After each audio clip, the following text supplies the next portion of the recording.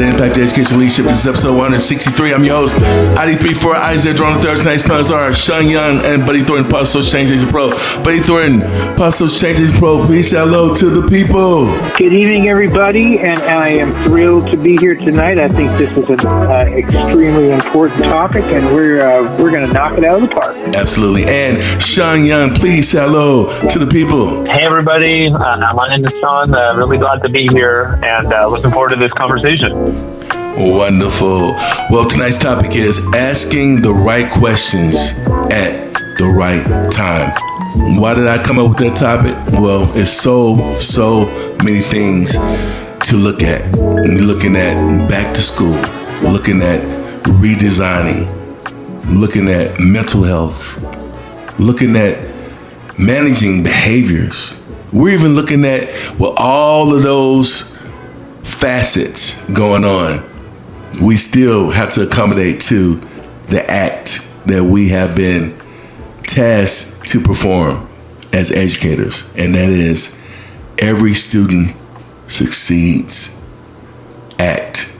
Well, let me go around the panel real quick.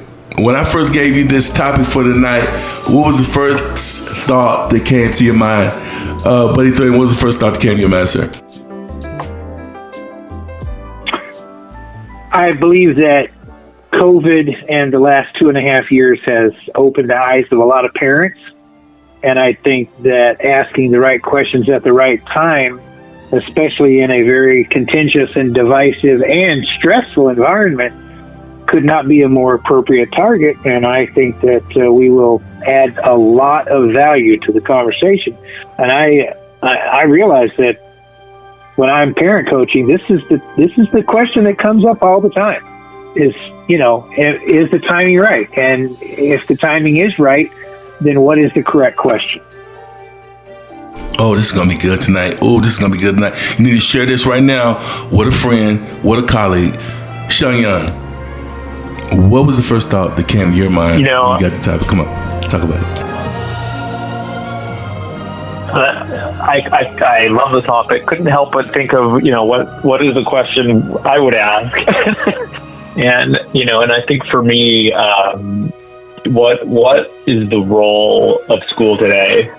I think that there's so much to unpack when we start thinking about how do we design schools? How do we design the school experience? What is school's role in society today? I think, to Buddy's point about the pandemic, I think that's opened up a lot of questions, and there's huge opportunity societally for us to be thinking about that. Throughout the history of teaching pedagogy, we have always been required to check for understanding with our students, because we want to know, presto, did you get the wow factor? In addition to classroom checks, districts and statewide testing can be used to monitor progress with those informal strategies, those informal assessments, such as talking to the class, direct teaching, getting feedback, and even exit tickets, journal checks, and a host of other strategies to measure the SWOT analysis, the strengths, the weaknesses, the opportunities, the trends, the threats. And we've used these benchmark tests to monitor progress, not only with our students' learning and understanding, but also with our pedagogy. It has never been more crucial than now that we give as many intervention strategies and we connect with as many support systems in our communities to help us move forward, to help us progress toward those goals. And yes, even parental involvement is much more crucial now than ever. Why? Because it helps our classrooms, it helps our young scholars stay well. Tonight, we're going to go deep into a conversation and we're going to go on a ride. And through this ride, there are going to be ebbs and there are going to be flows. There is going to be ugly, pretty, beautiful, you name it, bloody. But we're going to get through it. Let me go first to Buddy Thornton, Positive Social Change Agent Pro. We talk about asking the right questions at the right times. Now, do we ask the right questions at the right times with having ethnicities in the backdrop? And what I mean by ethnicities, do we include diversity? Do we include inclusion with those special needs students, with those 504, with those ESLs, with those ELLs? Are we really pursuing this? Where are we at right now as a nation as it relates to that question I just asked? I think the biggest thing that people need to look at is that at no other time in our history, and that includes the civil rights era of the 1960s, has parents and community had to come face to face with what school means in society. Schools are a bastion of hope for the students. They should be a bastion of hope for the parents. They should be the anchor point for all of anybody who is seeking a very positive adulthood. They should understand that their feet have to be firmly planted on the foundation that a school has created. And yet the pandemic exposed two things. It exposed the lack of connectivity between a lot of the parents and their schools, because the parents weren't aware of exactly what was and was not happening in the schools until they were forced to actually take on the role of a quasi-teacher. Now, parents should be the primary teacher of every child because they are and have always been in the environment of their children. And the only time they shouldn't be fully involved is when they have to hand off that responsibility to the parentis in loco, which is the teachers at the school setting. And even then, any parent who doesn't understand what the teachers and the students are doing in that class environment is a problem. And the pandemic exposed that is exactly what the nation has faced for decades, but with no awareness. Everyone says, yeah, parents need to be involved, but was it just giving it lip service? Was it just smoke and mirrors?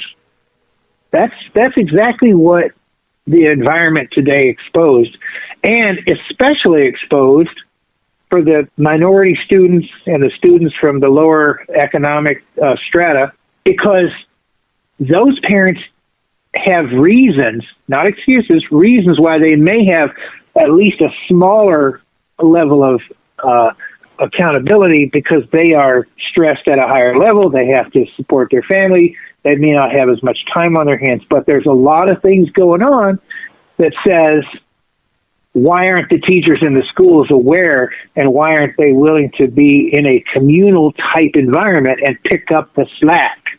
There should be an omnidirectional communication going on between the parents, the home, the caregivers, and the teachers, because a child's life is at stake. So we have to understand that nowhere in history has anything ever hit us quite like COVID. Yes, there's been disasters, there's been problems, there's been small environmental problems in different locations, but this is not nationwide, this is global, and it's extended, and it's not going to stop. It's switched from pandemic to endemic, so now we have to live with COVID forever. So how do we re-envision the world now that we have unlocked the closet? We have rung the bell. You can't unring it. We know there were disconnects and there were problems before the pandemic. They've been brought to the light of day. Now it's time for the professionals the quasi-professionals, the external professionals like people like myself, we need to answer the clarion call and get this fixed. Don't have all the answers, but I think I have a few. But I think that's where we're at, and it starts at the bottom, not at the top. Good as always. So we need to focus on the how, and we need to focus on the why. How are we going to come back to school? Why should we redesign? How are we going to manage mental health? Why should we manage mental health? How are we going to accommodate those scholars that need it? Shawn Young, thank you for coming to the podcast. I'm so excited for having you here. Tell the listeners a little bit about I know who you are, but let the listeners know a little bit about who you are, what you're doing, what you got going on currently. Absolutely. Thanks. I'm glad to be here. So I'm the CEO, co-founder of a company called Classcraft. We do behavior intervention at scale and from a positive behavior approach. So, setting out very clear, expectations for students, here's how you should behave with the goal of developing skills for students through, for example, I want you to develop, for example, we were just talking now about mental health. How can we help students? We can't solve their mental health problems as teachers, but what we can do is teach them skills so that they can better manage their own mental health. And so what does that look like? That looks like learning how to deal with anxiety, learning how to deal with your own emotions, learning how to relate with other people. So teaching kids those skills through, clearly defining, what that looks like in day-to-day life, not just, hey, you need to be good at managing your emotions, but here are behaviors and strategies that I want to see you do. Now, when they do that, we need to recognize it and we need to reinforce it. And so the other part of what we're doing is using the mechanics, the cultures of games to make that super motivating for students. So, students do those things, they earn points, they level up a character, they're working on teams. And so we're giving teachers the tools to help them teach students how to be, better, more balanced learners, while at the same time simplifying classroom management for them and making it motivating for kids. So when we think about, going back to school post-pandemic, we're seeing behavior incidents all through America skyrocket, 300% increase, of behavioral incidents, now versus pre-pandemic times. And, this is a massive crisis. It's really hard for teachers to manage it. It's hard for other students to, be in and around in contexts where there's a lot of behavioral problems. And it's hard for the kids that are having these behavioral challenges. The kids, our belief is that kids want to behave in ways that are pro-social. They just don't know how. And they, certainly, unfortunately, throughout the pandemic, developed, challenges in that regard. A lot of kids were left to themselves with, a lot of time on their hands and not a lot of guidance. And so it's our job as educators to say, hey, where are you at? How can I create a school experience that is going to help you thrive, is going to recognize you where you're at and teach you the skills so that you can then become a better person. And the academics will follow. I think we're, very focused on learning loss and making up for lost time. But the truth is that there's been a learning loss in terms of, kids learning to be, better human beings in society as well. And, we need to address that issue. And, and going back to, what my colleague here was saying about, the parents' role in that, I think that's what parents want too. They want schools to be an environment where their kids learn to, navigate society and, navigate themselves.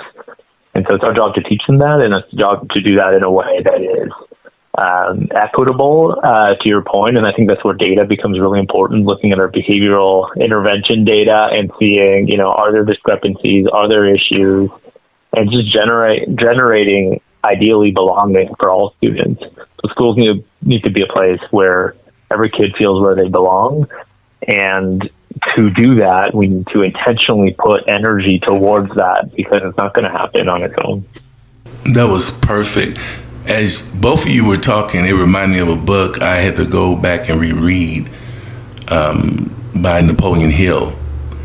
And this one word in the book that stuck out for me. And it's a simple word if you look at it on a surface level, but it's very, very complicated. And that word that he mentioned in this book was imagination.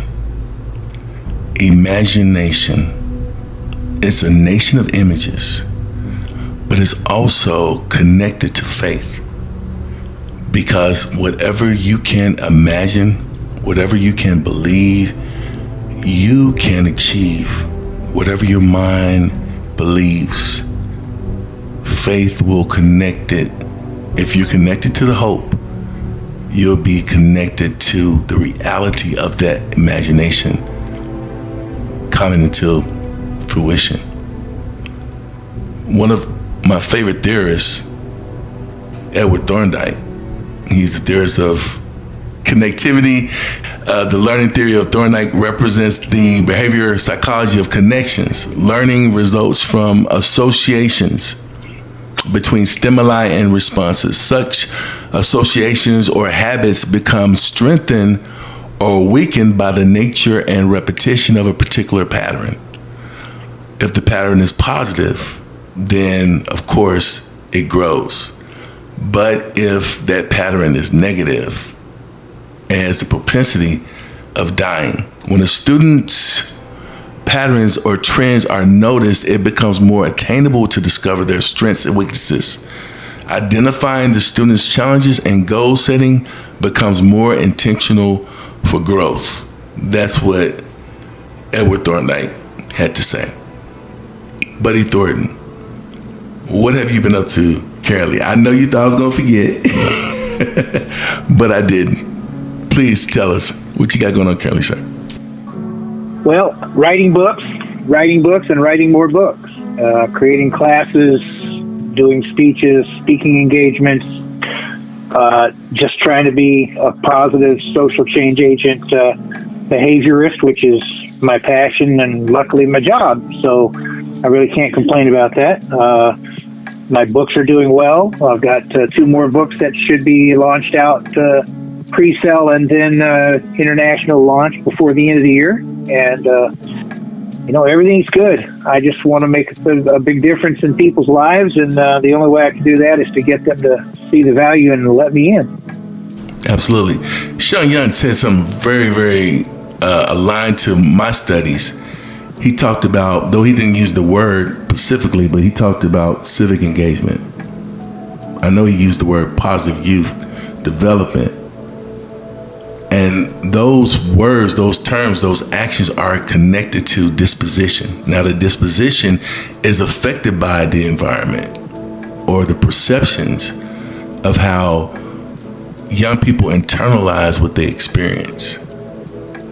And that mindset, whether it was internal or external, affects their pro-social behavior.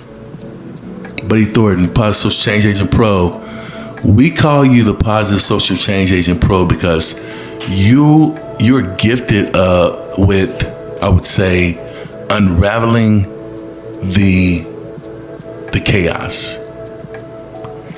How do we bridge parental involvement gaps between families in high poverty schools to accommodate and modify how we get them more responsibly involved with their scholars' educational results?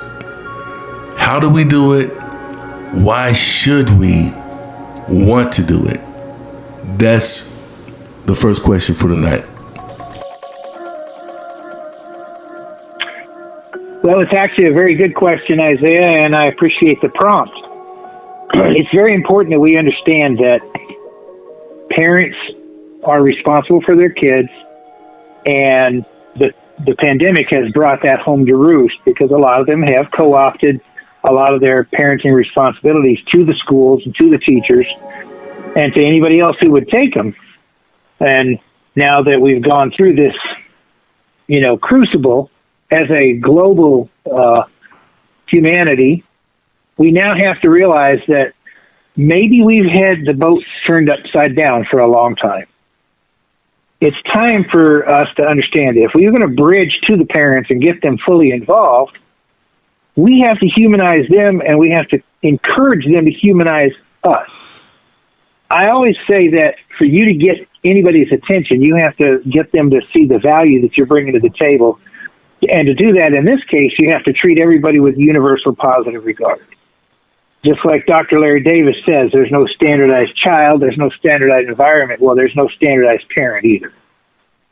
We have to look at and recognize that there are potential disconnects throughout society. It doesn't really matter all the time about your socioeconomic status because it costs absolutely nothing for a parent to sit across the table and talk to their child about their schoolwork and to help them. But what about the actual disconnects? What happens when the parents themselves had a bad school experience?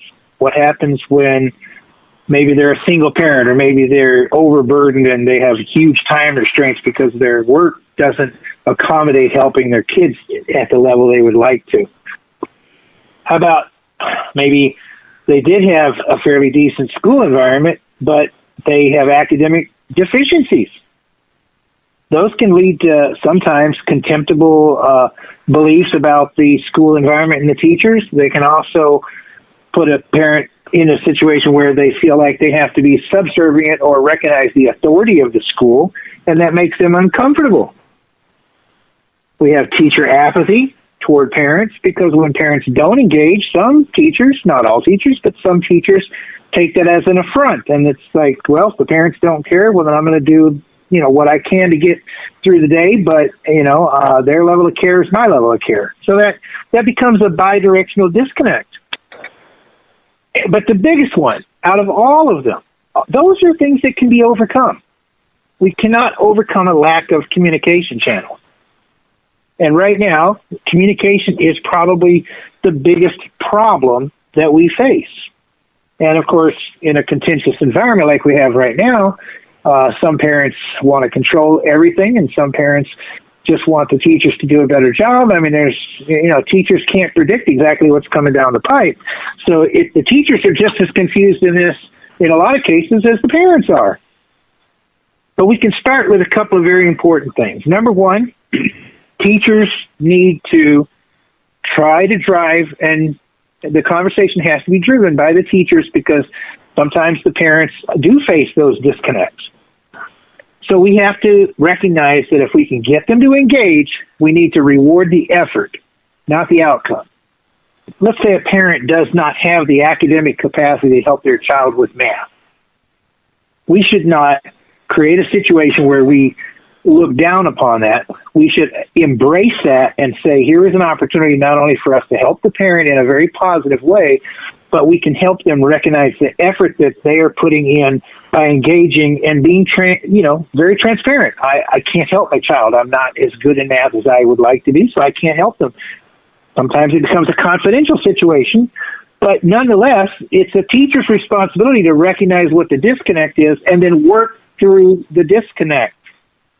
It does add stress to the teacher's world, but at the end of the day, if they can't manage that disconnect problem, the parent is still going to be in that same situation, and the student is the one who's going to be the ultimate loser.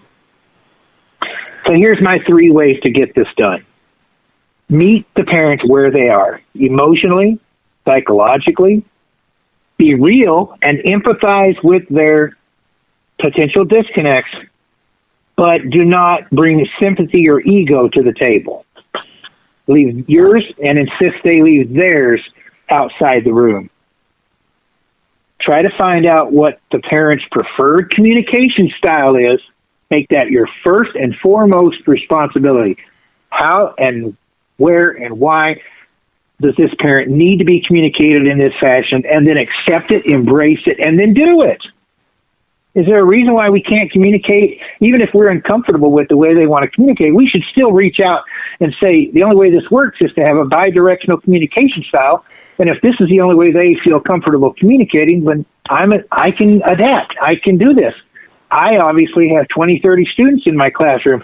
I get to see 30 different communication styles. A parent has one.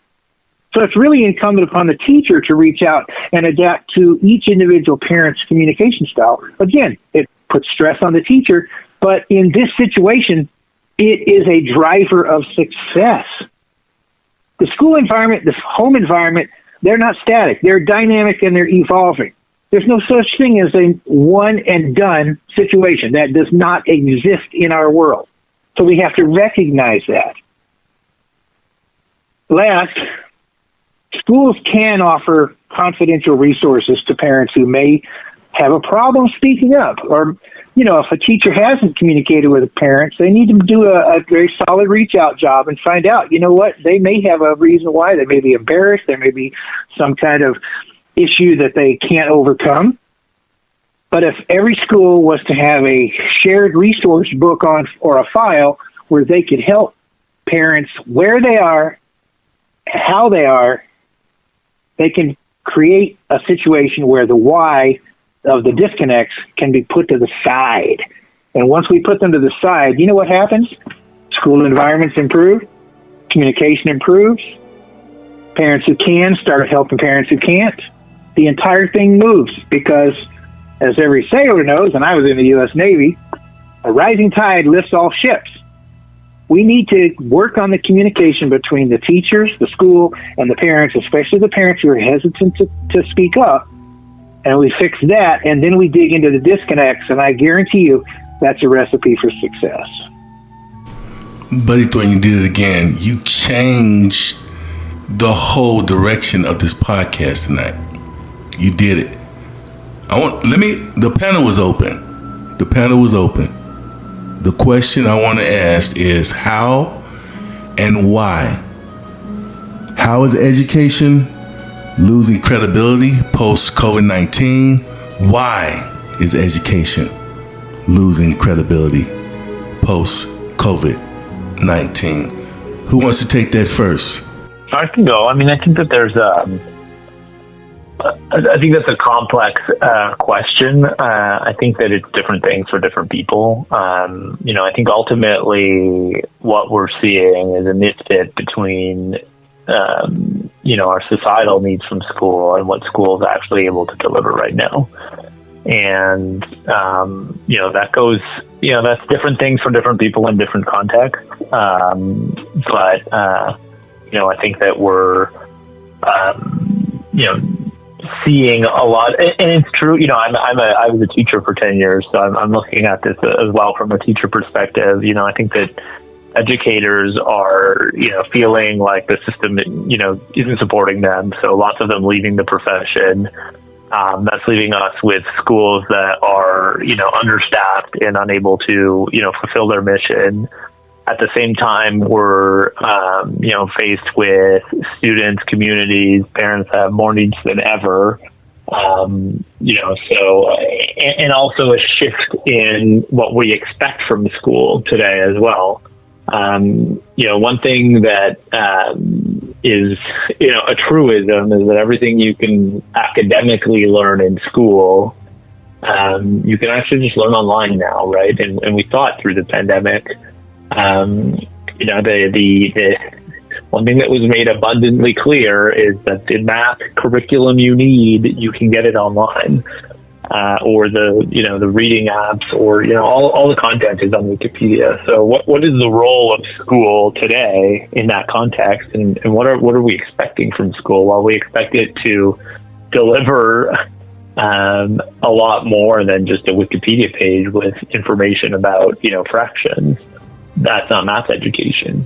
And so we expect schools to be a community. We expect schools to, care about our child. We expect schools to teach and uplift children and create safe communities for them to belong. And with schools being understaffed and the current social climate, building communities is really, really, really challenging. And so I think that we're seeing, breakdown in the contract where schools are unable to, have the resources and the context they need to be successful. And at the same time, the expectations are changing, and creating situations where, there's breakdowns in trust.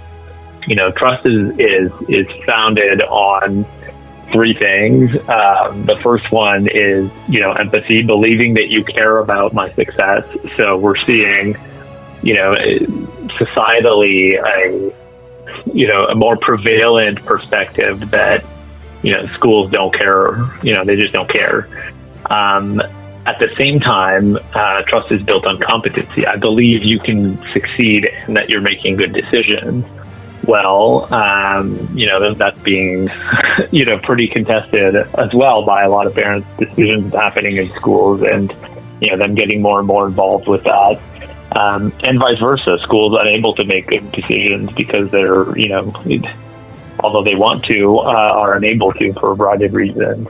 And then the third one is authenticity. I think that when trust starts breaking down, we stop investing authentically in relationships. We start protecting ourselves. And, when Buddy was talking earlier about communicating with parents, I think a lot of educators are reticent to do that because they don't know what's on the other side of that relationship. And so they're protecting themselves in essence. And so I think what we're seeing is just like a lack of authenticity as well. And so there's a trust breakdown that's happening between the institution of school and the communities they serve and the expectations of parents and the people that are on the front lines, in classrooms every single day. I'd like to add something to that, and you are exactly right, Shawn. Teachers cannot operate in an environment where they feel like they have to walk on eggshells, and there's no safety net. That's right. I did pile a whole lot on the teachers by the way I answered the question, and the addendum to that is the teachers should expect the parents to meet them halfway.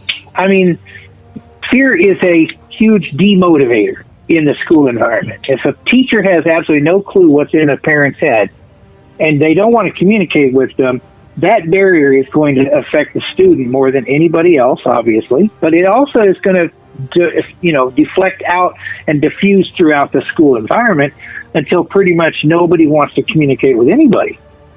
So the best way we can conquer that is, number one, educate the teachers that the danger is real. Acknowledge the danger, state the fear, and then challenge the parents.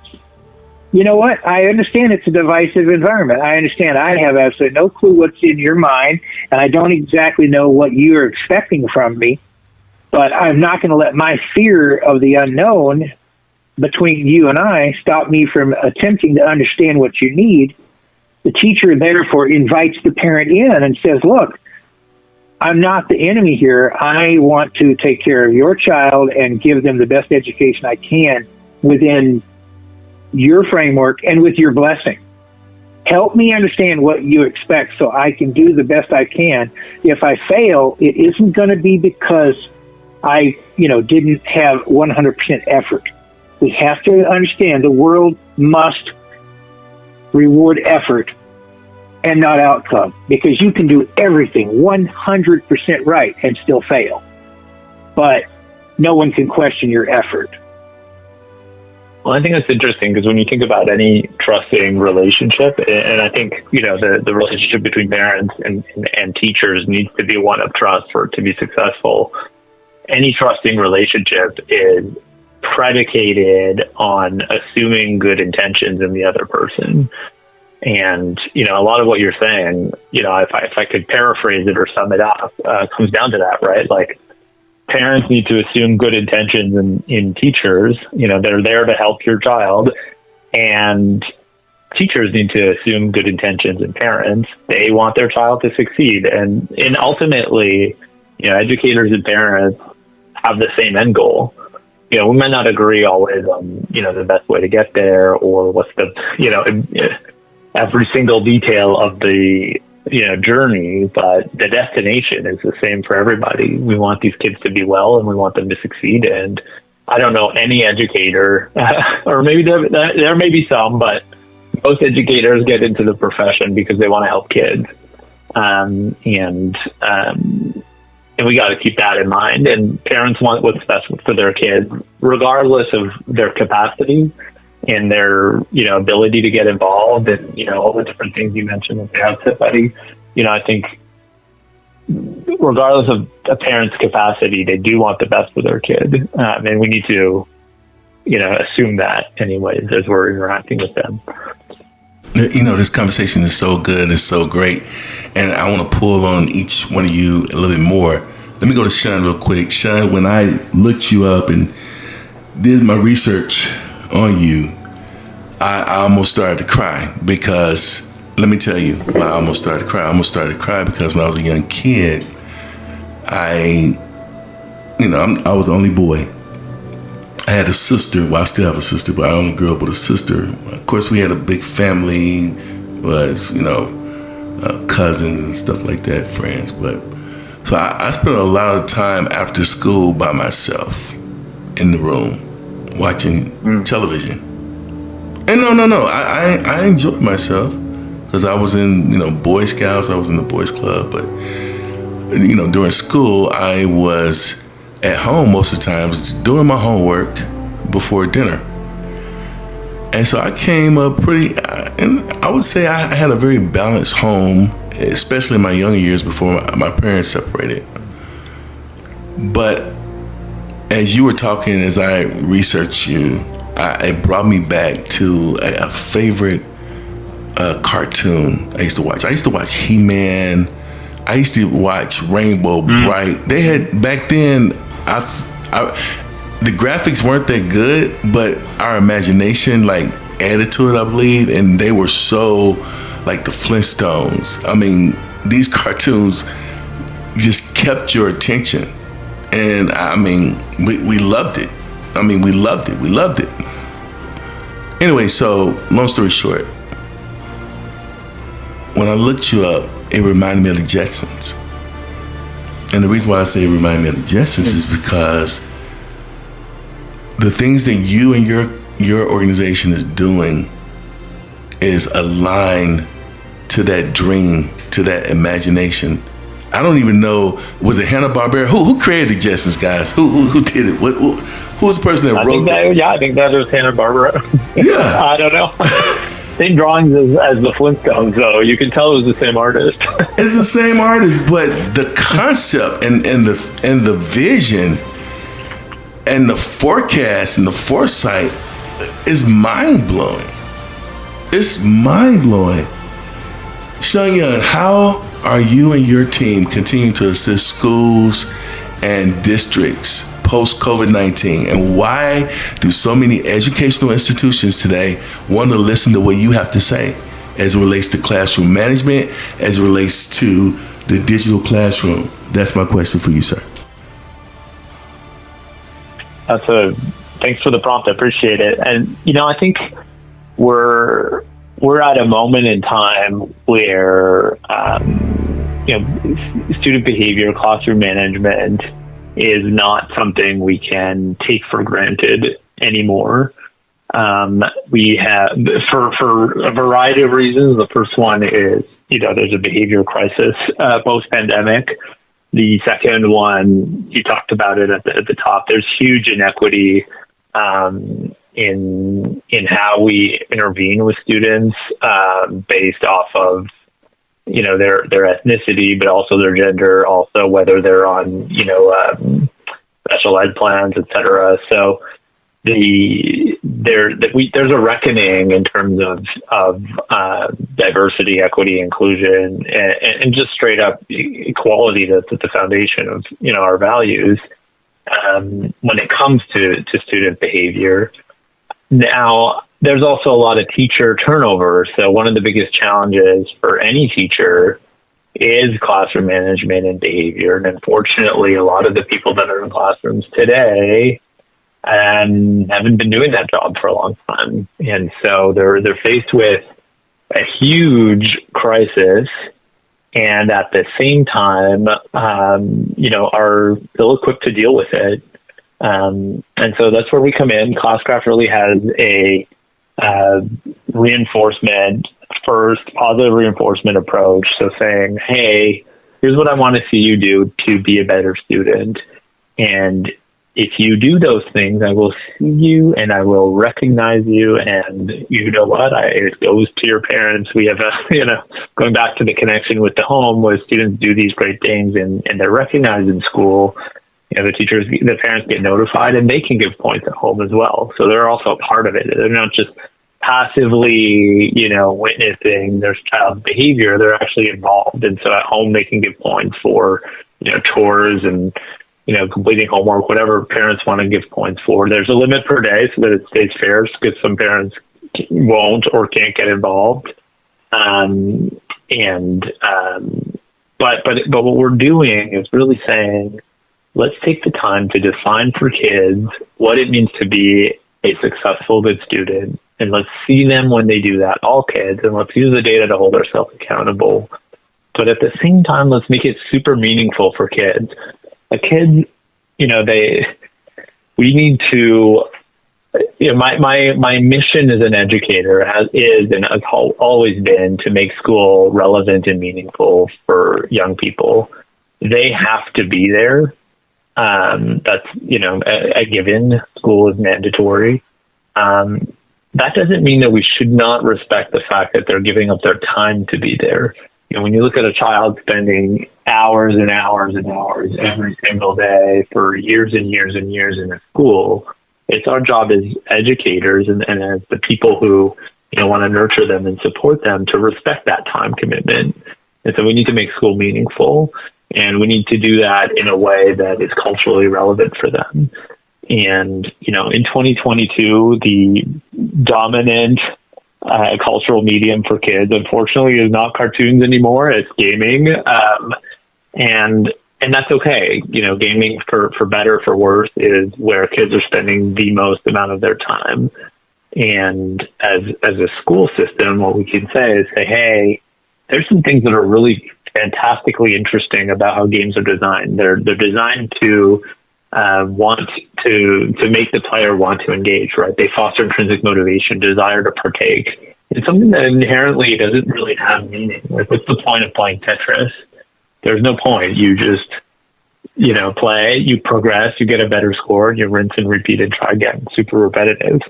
However, because there's points, because there's levels, because there's these mechanisms that fulfill fundamental human needs that we have, in this case, the desire for competency, we're super engaged and motivated. And so what we need to be doing is redesigning school, and that's what Classcraft does, to speak culturally to all these kids, because there is one culture in America for young people, and it's video games, and use what's useful and smart about it and apply it to how we're designing experiences. Let's create moments where students can win. Let's create meaningful teams that exist, like in video games or like in a football team. Let's make it so that your behavior impacts the other people on your team, so that you're held accountable to one another. Let's create community through game-based approaches. These are all things that we're doing, and I think that are, not only are we doing really effective behavior intervention, giving districts and schools the tools to do that, but we're also doing it in a way that gives them power to have intervention and bring parents into the mix, and really collaborate with communities and with the child in terms of helping them be better people. Shawn, what you gave us was a survival guide. I want to open up the panel, but before I do, there you go. No, I want to open up the panel before I do. I want to ask you another question. Okay, when you come back to the podcast, Sure, absolutely. Sounds good. Just let me know. Okay. Wow. Listen, when you were talking and when Buddy was talking, and I heard the word, I don't know who it came from, but I heard the word or the phrase, the role of the school has changed. It needs to be redesigned. And as I was hearing that, I was coming up with some stuff. I'm like, you know what? I can't put it together, but I know someone that can. If these digital platforms could come up with some type of Facebook, some type of Instagram, some type of Snapchat. I know they're working on it now. You got Class Dojo out there, but that's good. But something more geared toward that gaming, something more geared to what is going on today, right? And helping us redesign and bringing in the community. I mean, Facebook, you go on to Facebook, yeah, I know it's an older crowd, but and I know these algorithms are going out because we're in about 70 different countries. So what I'm saying is actually going out into cyberspace. But if we could grab a hold to it first and form some type of platform and put in motion a new type of integrated educational system that's user-friendly, that you don't have to have a PhD to operate. You could be in the 3rd grade, you could be in kindergarten and still understand how to use it. It could be the kid level, or it could be the adult plus or whatever. But I want to open up the panel. The panel is open. What's your takeaway so far about tonight's very, very good conversation? Let me interject one thing right quick, and then I'll give you an answer to that. But you're talking about changing the paradigm, and here's the paradigm problem. The kids face a psychological barrier, especially the kids who are coming from the less secure environments, no matter how you want to define that. It doesn't matter how you define it. They don't believe that they're getting a fair shake. There's no equity in the system. And that's because the entire system is predicated on outcomes. Here's the biggest way to pivot that. I've talked about it before, but I'm going to emphasize a new shift in it. When you're a professional and you go into any organization, I don't care where it is, if you don't do a pre-assessment and then you don't do your training and then you don't do a post-assessment, you don't get the analytics to understand what difference you made in that organization. Students are no different than that. We already have enough pre-assessment information about every student possible. I mean, that's the schools do that probably as good as anyone I know. They understand where kids are right now at this moment. The problem is the measuring system. They're measuring for maximal outcome and optimal results. They're not measuring the distance traveled, the competency gained.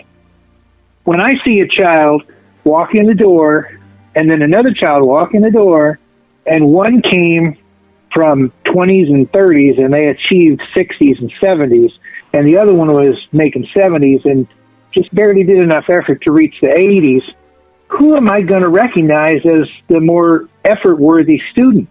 The one who traveled the longest distance. Out in society as an employer, when I'm looking at two candidates, I don't look at the one with the highest score. I look at the one who did the most to get the score they have right now. If they both have the competency to do the job, I can work with either one of them, but I would rather work with the one who showed that they're willing to put out the effort and put out anything they need to achieve. So I'm always going to reward the one who traveled the farthest distance. Schools have never done that. This is not the way we have it set up. We need to change the shift from, if you're not creating an optimal outcome, you're a failing student, to where did you start? What was your starting point? What were your barriers? And how did you get there? Not to say that we want to turn all of them into victimology-laden kids who think, wow, if I can present this really negative picture and then I can just do this work, I'm going to look like a gold mine. No, we don't want to create that mentality. But we need to do an honest and fair pre-assessment and then look at a child and see how far we can get them to go. Because that, at the end of the day, measures not only their success, but it measures our success. And that, I just wanted to throw it out there because my takeaway is that Shawn and I both, we come at the problem from totally different positions. He's a teacher and I'm a parent coach and a social agent. I work external to the schools, but at the end of the day, we are seeking the exact same outcome. We want to see this huge parade of children who are walking proudly into adulthood as functional as they can possibly be. So we need to remove the psychological barrier as well as the physical and mental issues that everyone has and get everyone to realize that this is an effort-driven world. It's a relationship-driven world. Honor these kids for how hard they work, not whether they received an A or not. That's my argument. Yeah, I mean, I there's a lot of merit to that. I mean, and that's a lot of what we're doing with Classcraft is, recognizing behavior. I think the problem, is that we've conflated assessment with recognition. I think it's okay to assess a child's, math skills or whatever. That's important information we need to have.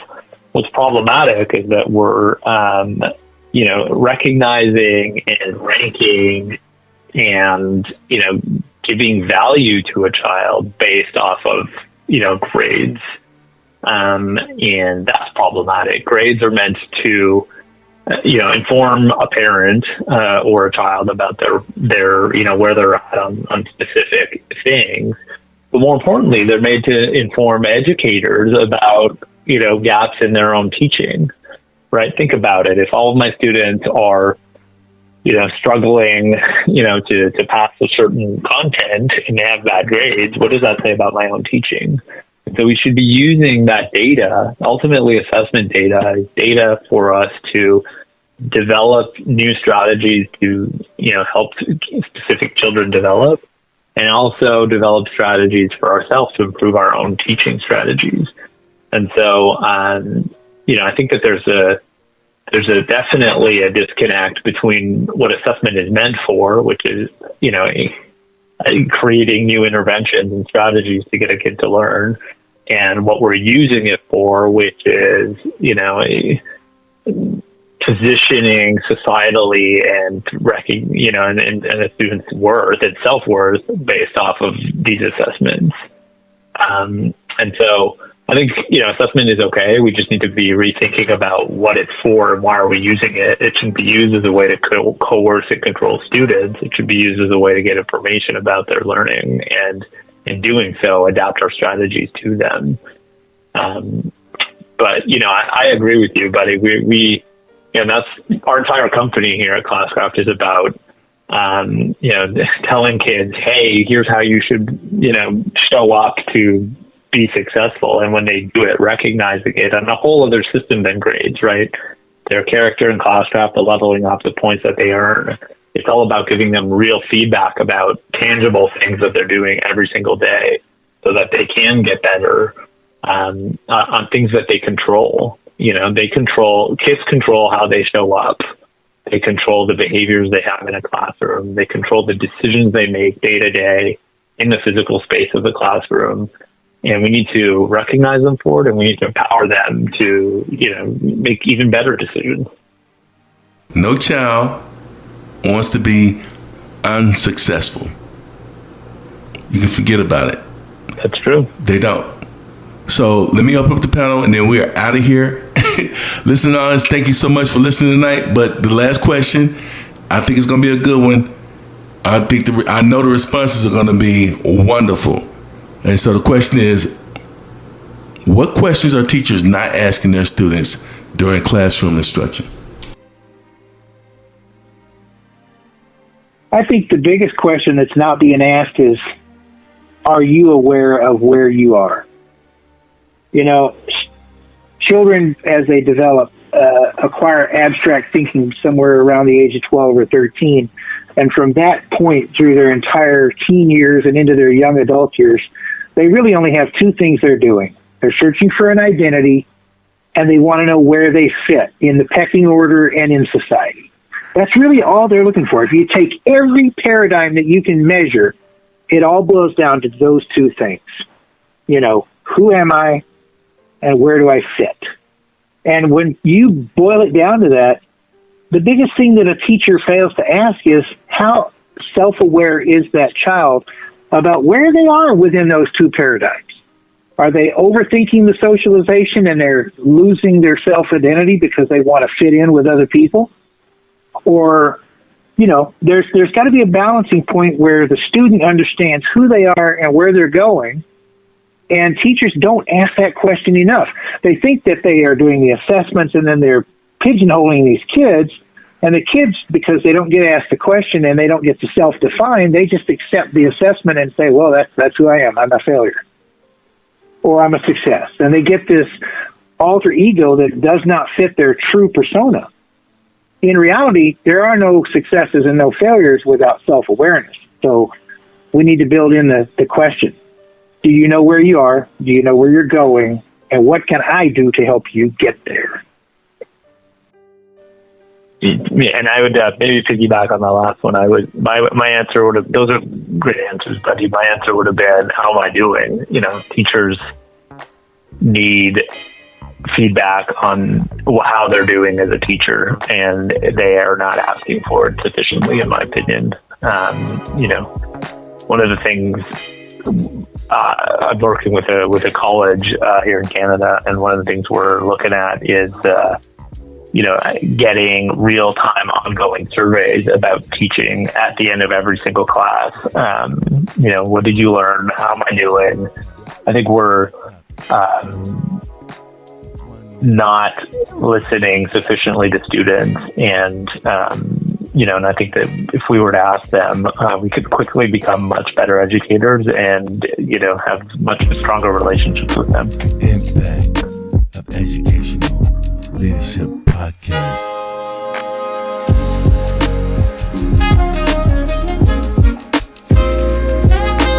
Facebook,